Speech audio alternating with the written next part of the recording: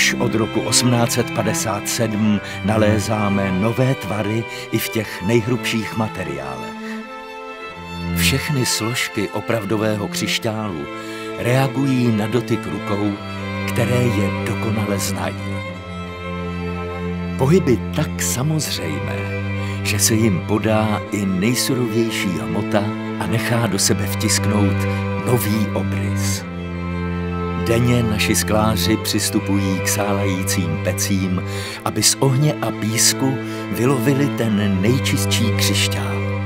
Znovu a znovu spolu uzavírají tichou dohodu spečetěnou při teplotě 1200 stupňů Celsia. Někteří už skoro 50 let. Tak dlouho, aby v záhybech jejich tváře byla už navždy vepsaná hrdost a pokora, se kterou ke karlovarskému sklu přistupují.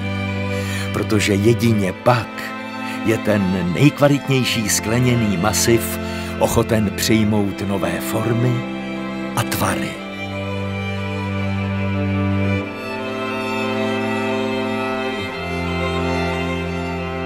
Pod sílou jejich dechu, zručností jejich dlaní, přesností jejich tahu.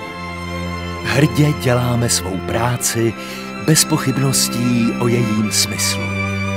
Jsme lidé, nejsme dokonalí, ale jsme opravdu blízko. Mózer